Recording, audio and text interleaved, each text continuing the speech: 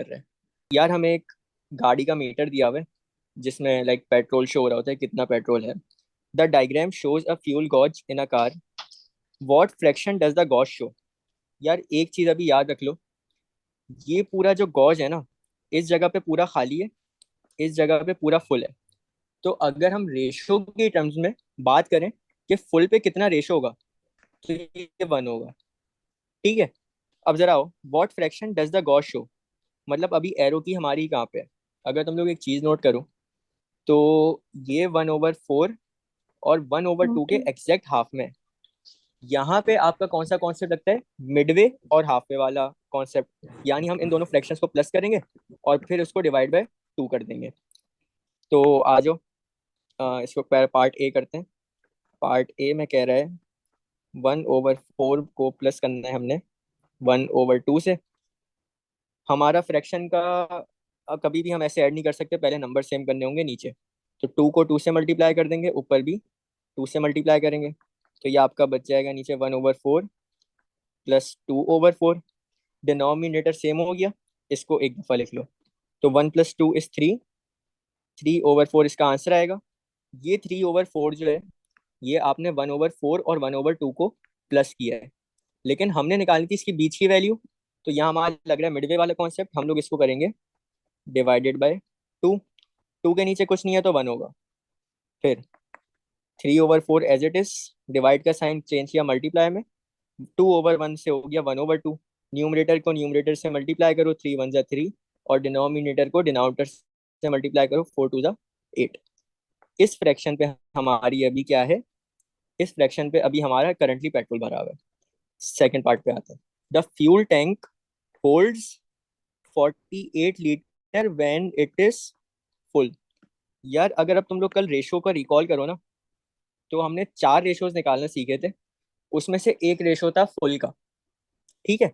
और अभी हमने एक नई चीज सीखी कि कोई भी चीज ना बाय डिफॉल्ट 100% होती है। और यहाँ पे फुल बेसिकली क्या रिप्रेजेंट कर रहा होगा कि 100% पेट्रोल भरा हुआ है, और परसेंटेज का जब साइन हटता है तो डिवाइड बाय 100 करते हैं। तो ये बैक टू द रेशो हमारा कितना आ जाएगा? 1। तो रेशो जब हमारा 1 होगा ना, तो कहते हैं ग्रिड पे रेशो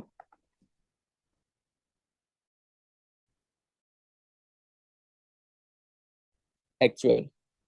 रेशो जब 1 है ना, तो आरडी में 48 भरा होगा, और ये फ्यूल भरा भरेगा, तो गाड़ी में 40 जा सकते हैं। How many litres must be added to fill the tank? यार देखो, अभी पिछले पार्ट में हमने बताया कितना लीटर भरा हुआ है, 3/8। 3/8 भरा हुआ है। अब हमने बताना है कि ये यहाँ से लेके यहाँ तक की जो जगह है ना, ये कितनी खाली है, ये कितना लीटर आएगा। तो यार इस पे जाने ना, सबसे पहले तुम लोग को यहाँ का रेशो निकालना पड़ेगा। तुम्हारे पास रेशो है 3:8, किसका है ये है फुल, जितना पेट्रोल अभी भरा हुआ है। तुम लोगों ने इससे क्या निकालना है? जितना पेट्रोल भरवाना है। तो यार देखो, फुल का रेशो कितना होता है? 1।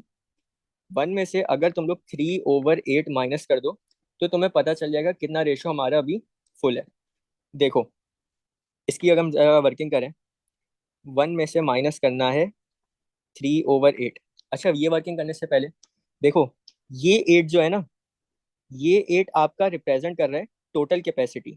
अगर 8 टोटल कैपेसिटी है, उसमें से 3 भरा हुआ है, तो अगर तुम लोग लॉजिक से सोचो, यार 8 उसकी फुल कैपेसिटी है, 3 उसमें से भरा हुआ है, तो और कितना भरवाएंगे? तुम लोग 8 - 3 कर दोगे तो कितना आएगा? 5। इसका मतलब है 8 में से 3 भरा हुआ है, 5 और भरवाओगे। तो अगर इसको रेशो की फॉर्म में लिखोगे ना, तो तुम लोग लिखोगे 5/8। को मैथमेटिकली सॉल्व करें, तो 1 - 3/8 का भी आंसर क्या आएगा? 5/8। इसको सॉल्व करके देख लेते हैं। 1 के नीचे नहीं है तो कोई 1 होगा। यहाँ पे तुम लोग मल्टीप्लाई बाय 8 करोगे, इधर भी मल्टीप्लाई बाय 8 करोगे। 8 × 1 = 8/8 -3/8। तो इसका आंसर आएगा 8 - 3 = 5। 5/8 हमारा वही आंसर आया जो हमने डायरेक्टली किया था। बेसिकली एक चीज याद कर लो, 1 में से, यानी 100% में से कुछ भी माइनस कर रहे हो, कोई भी फ्रैक्शन माइनस कर रहे हो, फॉर एग्जाम्पल 2/3, तो उसको करने का माइनस करो, 3 - 2, और नीचे वाला नंबर एज इट इज लिख लो, तो आंसर आ जाएगा 1/3। फॉर एग्जाम्पल अगर यहाँ पे क्वेश्चन होता है 2/3, ये अगर हमें बता रहा होता है तो कि इतना पेट्रोल अभी भरा हुआ है, तो तुम लोग कैसे बताते कि कितना पेट्रोल नहीं भरा हुआ? तो यार टोटल सौ भरा हुआ है। तो यही कॉन्सेप्ट से हमारा अभी रेशो क्या आया, 5/8। ये 5/8 तुम लोग अपने रेशो में लिखोगे। और इसकी एक्चुअल क्वांटिटी हमने देखनी है, ये अननोन है, ये एक्स हो गई। इसको फ्रैक्शन में कन्वर्ट करो और बीच में इक्वल टू लगा दो। यार अब देखो, यहाँ फ्रैक्शन का ना फर्दर फ्रैक्शन है, तो इसको हमने करने का तरीका सीखा है कि इसको हॉरिजॉन्टल फॉर्म में लिखो। 1/5/8 is equals to 48/x। Divide by का साइन हटेगा तो मल्टीप्लाई आएगा। 1 × 8/5 इक्वल्स टू 48/x। 1 8 ज़ा 8, और 1 के नीचे कुछ नहीं है तो 1 होगा। 1 5 ज़ा 5 इक्वल्स टू 48/x। यहाँ क्रॉस मल्टीप्लाई कर लो, x इधर 48 के साथ डिवाइड हो रहा है, इधर जाके मल्टीप्लाई होगा। ये 5 इधर डिवाइड हो रहा है, इधर जाके मल्टीप्लाई होगा। तो ये आपका बन जाएगा 8x इक्वल्स टू 48 × 5। 8 और x मल्टीप्लाई हो रहे हैं आपस में, उधर जाके 8 को डिवाइड करोगे। 48 × 5/8। 8 1 ज़ा 8, 8 6 ज़ा 48। तो आपकी x की वैल्यू बची 6 × 5। 6 5 आपका होता है 30। तो आपने बेसिकली अभी 30 लीटर पेट्रोल और भरवाना है अगर टंकी हमने फुल करवानी है। क्वेश्चन है, पोटैटोस कॉस्ट 75 सेंट्स। यार जहां भी सेंट का वर्ड आ जाए ना, तुम लोगों ने सिंपली करना क्या है, जो भी सेंट के साथ नंबर लगा हुआ है इसको डिवाइड बाय 100 कर दोगे। यानी फॉर एग्जांपल अगर यहाँ पे 75 सेंट है, तो इसकी तुम लोग डॉलर में वैल्यू कैसे निकालोगे? तुम लोग इसकी डॉलर में वैल्यू निकालोगे 75 डिवाइडेड बाय 100।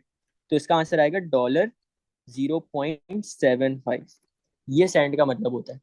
मतलब कभी भी सेंट लगाओ ना, तो 0 करके वो वाला नंबर लिख देना, अगर डिवाइड बाय 100 नहीं भी कर रहे, वर्किंग तुम लोगों ने अगर बचानी हो। पर किलोग्राम, यार $0.75 का मिल रहा है आपको आलू 1 किलो का। John paid $1.20 for a bag of potatoes. How many kilograms did he bye?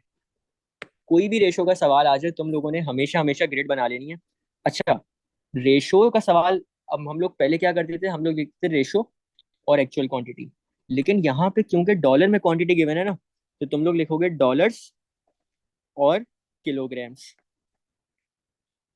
अच्छा, उसको $0.75 में 1 किलोग्राम मिल रहे थे, उसने पे किए $1.20। हमने बताना उसको कितने किलोग्राम मिलेंगे, तो क्वांटिटी एक्स है।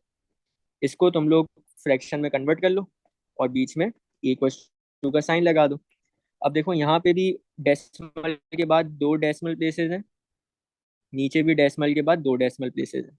तो हमने सीखा है कि जब ऊपर और नीचे डेसिमल प्लेसेस इक्वल हो, तो डेसिमल तुम लोग हटा दोगे और उसको विदाउट डेसिमल लिखोगे। तो ये आपका बन जाएगा 75/120 इक्वल्स टू 1/x। यार क्रॉस मल्टीप्लाई करो, तो ये आपका बन जाएगा 75x इक्वल्स टू 120। 75 और x आपस में मल्टीप्लाई हो रहे हैं, और ये 75 इधर आके डिवाइड हो जाएगा 120 डिवाइडेड बाय 75। तो इसका आंसर जरा निकालो क्या आ रहा है 120 डिवाइड बाय 75 का। 5 15 24 3 5 8 डेसिमल में आंसर बताओ क्या आ रहा है इसका। 1.6। 1.6। तो आपकी x की वैल्यू आती है 1.6। अच्छा, x था क्या हमारा? किलोग्राम्स की वैल्यू x थी, तो तुम लोग इसके आगे लगा दो क्योंकि 1.6 किलोग्राम्स इसने खरीदा है। ये बड़ा बेसिक सा सवाल था रेशोस का, होपफुली इसमें किसी को कोई मसला नहीं होगा। Brian and Carol share the cost of a car. यार देखो, अगेन एक बात बोल रहा हूँ, कॉस्ट कुछ भी हो, रेशो की टर्म्स में 100% कॉस्ट को हम लोग क्या बोलेंगे? 1। ये चीज मैं फिर से यहाँ पे लिख रहा हूँ, cost of a car ratio की टर्म्स में कितनी होगी? रेशो की टर्म्स में 1 होगी। 1 का मतलब है 100% कॉस्ट। ठीक है, वो कह रहा है Ann pays 2/5 of the cost. अगर यार तुमने एन का वो निकालना है ना, तो तुम लोग क्या करोगे, तुम लोग सिंपली 1 को मल्टीप्लाई कर दोगे 2/5 से। पहले एन का शेयर निकाल लो, एन का शेयर निकालने के लिए 1 × 2/5। तो बेसिकली इसका आंसर 2/5 ही आएगा। सेकंड चीज, ब्रायन पेस 1/3, ब्रायन का निकाल लो। ब्रायन का कैसे निकालोगे? टोटल कॉस्ट है 1, इसको मल्टीप्लाई कर दोगे 1/3 से, तो इसका आंसर आएगा 1/3। अच्छा, Carol pays the rest. What, पहले पार्ट में कह रहे हैं what fraction does the of the cost does Carol pay. यार देखो, एन ने 2/5 पे किया, ब्रायन ने 1/3 पे किया। तुम लोगों ने बताना है कि उसके थर्ड दोस्त यानी कैरोल ने कितना पे किया। अब ये निकालने के लिए देखो, मैं तुम लोगों को भी एक चीज बताई कि रेशो की टर्म्स में कोई भी चीज हमेशा फुल की अगर हम बात करें तो 1 होती है। 1 में से अगर तुम लोग एन का शेयर और ब्रायन का शेयर ये माइनस कर दोगे ना, तो तुम लोग पहुंच जाओगे किस पे? तुम लोग पहुंच जाओगे कैरोल के शेयर पे। तो 1 - 2/5 -1/3, या इसको 7/15। बेसिकली इसको मैं एक दफा जरा सॉल्व करवा दूं, तो यहाँ पे 1 के नीचे कुछ नहीं है तो 1 होगा। तो हम फ्रैक्शन की सब्ट्रैक्शन में नीचे का नंबर सेम करते हैं। तो हमने यहाँ पे बनाना है यार, या तो 5 बना लो या 3 बना लो, लेकिन क्योंकि 3 के टेबल में 5 नहीं आता, 5 के टेबल में 3 नहीं आता, तो हम लोग इन्हें ना क्रॉस मल्टीप्लाई करेंगे। 5 को 3 से मल्टीप्लाई करो, ऊपर 2 को 3 से करो, 3 को 5 से करो, और 1 को भी 5 से करो। 15 बन रहा है ना, तो 1 को भी 15 से करो और ऊपर भी 1 को 15 से करो। तो ये बन जाएगा 15/15 -6/15 -5/15। तो इसका आंसर हमारे पास आ रहा है एक सेवन गलत हो ओवर गया। फिफ्टीन गलत? क्या? मेरे ख्याल से यार 15 - 6 - 5 जो है ना, इसका आंसर आ रहा होगा 4 आ रहा होगा शायद, 4/15। ठीक है, बेसिकली हुआ क्या होगा, 15 - 6 - 5/15, जिसका आंसर ये वाला आया होगा। अब देखो, अगर तुम लोग के पास अभी कैलकुलेटर है ना, तो एक चीज चेक करना, ये जो रेशो था 6/15, ये हमने 2/5 वाले रेशो का एलसीएम लिया था। ये रेशो जो है 5/15, ये हमने 1/3 वाले रेशो का एलसीएम लिया था। तो हुआ क्या, हम लोग एन के रेशो को ये भी कह सकते हैं कि ये 6/15 है, ब्रायन के रेशो को ये कह सकते हैं ये 5/15 है, और तीसरा जो अभी हमने निकाला ना, कैरोल, कैरोल के शेयर को अभी हमने आंसर निकाला था, वो कितना आ रहा है, 4/15। बेसिकली ये रेशोज जो है ना, अगर तुम इन तीनों को प्लस कर दो, 6/15 प्लस 5/15 प्लस 4/15, ये इसका टोटल आंसर जो आएगा ना वो 1 आएगा। क्योंकि 3 बंदे थे, तीनों ने कॉस्ट आपस में डिवाइड की है। टोटल कॉस्ट 15 थी, उसमें से 6 पे, रेशो की टर्म से बोल रहा हूँ, टोटल कॉस्ट 15 थी, उसमें से 6 एक बंदे ने पे कर दी। तो यार 15 - 6 कितना होता है, 9। 9 में से 5 दूसरे बंदे ने पे की, 9 - 5 = 4, और जो 4 कॉस्ट रह गई थी वो तीसरे बंदे ने पे की। तो कभी भी इन तीनों को प्लस करके देख लो तो आंसर 1 आएगा। क्योंकि क्या वजह है इसकी, टोटल कॉस्ट हमारी रेशो की टर्म में 1 होती है, और रेशो भी अगर तुम लोग सारे प्लस करोगे तो टोटल क्या आएगा, 1। एनीवेज, दूसरे क्वेश्चन पे चलते हैं। Ann pays $1600 more than Brian. यार देखो, मोर कंपैरिजन कर रहे हैं। कंपैरिजन का क्या होता है, कंपैरिजन की चीज हमें पता है क्या होती है, ये होता है डिफरेंस वाला रेशो।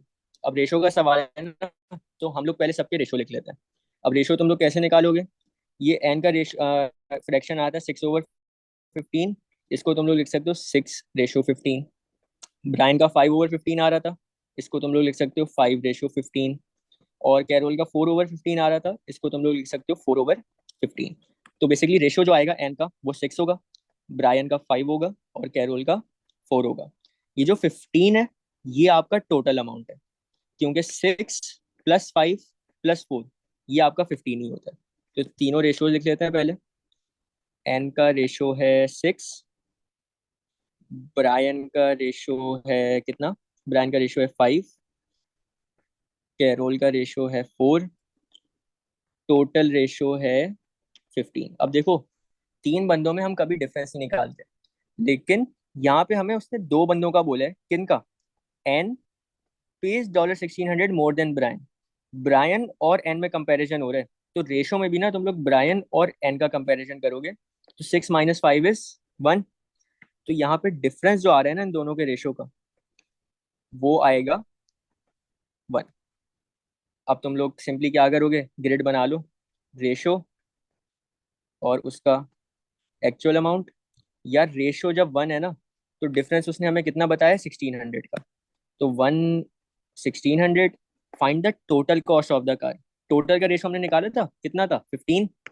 तो टोटल की जगह तुम लोग लिख दोगे 15, और इसका एक्चुअल अमाउंट अननोन है, तो वो एक्स। इसको फ्रैक्शन में कन्वर्ट करो, बीच में इक्वल टू लगा दो, और इसको सिंप्लीफाई कर लो। 1 उधर जाके एक्स के साथ मल्टीप्लाई होगा, और 1600 से मल्टीप्लाई होगा 15। 1600 मल्टीप्लाई बाय 15 करो, क्या आंसर आ रहा है?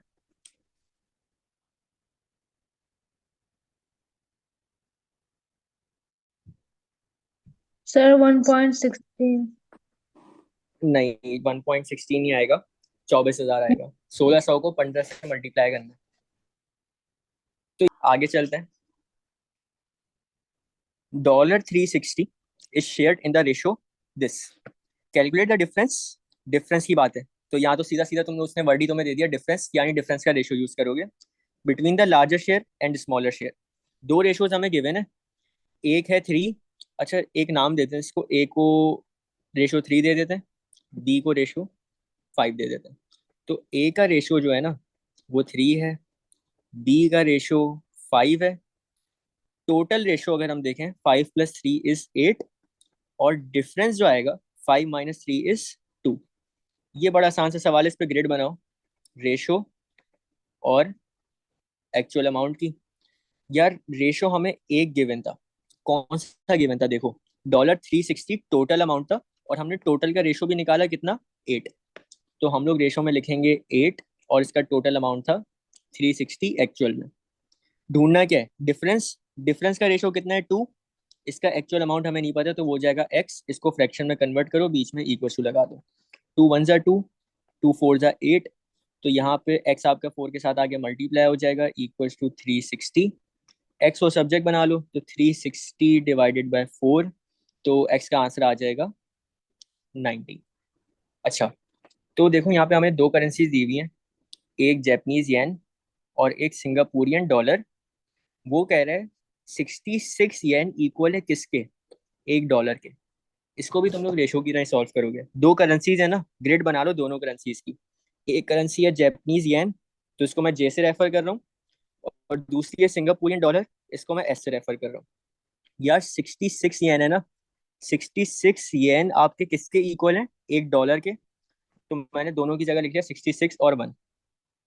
अच्छा जी, पार्ट 1, कैलकुलेट इन येन।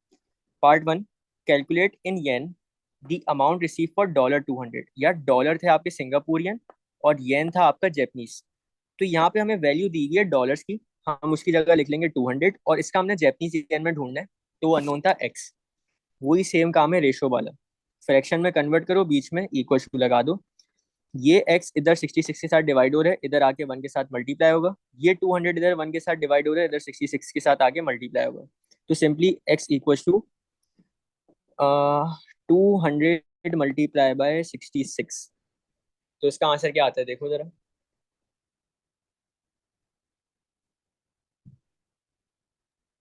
13200। 13200, यानी 13,200 जैपनीज येन मिलेंगे, अगर वो कितने डॉलर देगा, $200। सेकंड पार्ट पे आते हैं। Calculate in dollars the amount receive for 33,000 येन। पहले क्वेश्चन में उसने तुम्हें डॉलर्स दिए और येन की वैल्यू कैलकुलेट करवाई। सेकंड पार्ट में वो तुम्हें येन की वैल्यू दे रहे हैं, डॉलर कैलकुलेट करवा रहे हैं। तो देखो ग्रिड हमारी वही वाली है जो हमने ऊपर बनाई थी। क्या थी, Japanese, Singaporean dollar. Japanese 66 equal था एक सिंगापुरियन डॉलर के। अब हमें 33,000 येन मिले, और हमने इसके सिंगापुरियन डॉलर की वैल्यू निकालनी है। तो इसको फ्रैक्शन में कन्वर्ट किया, बीच में इक्वल टू लगाया, तो ये आपका बन जाएगा x equal to 33,000 divided by 66। या मुझे जरा इसका आंसर बताओ क्या आ रहा है। 500। 500। तो आपको $33,000 के बदले मिलेंगे, 33,000 जैपनीज येन के बदले मिलेंगे 500 सिंगापुरियन डॉलर। सेकेंड क्वेश्चन पे चलते हैं। The exchange rate between pounds and dollar. यार करेंसी की बात हो रही है ना, हमेशा ग्रेड बना दो। एक आपका पाउंड है, पाउंड को बनाते कैसे हैं, ये पाउंड है। और दूसरा आपका डॉलर है। 1 पाउंड आपका इक्वल है $1.6 के। यार पार्ट वन में कह रहे हैं Amit changes 200 pounds to dollar. तो पाउंड के कॉलम में तुम लोग लिख लोगे 200 और इसकी डॉलर की क्वांटिटी अननोन है।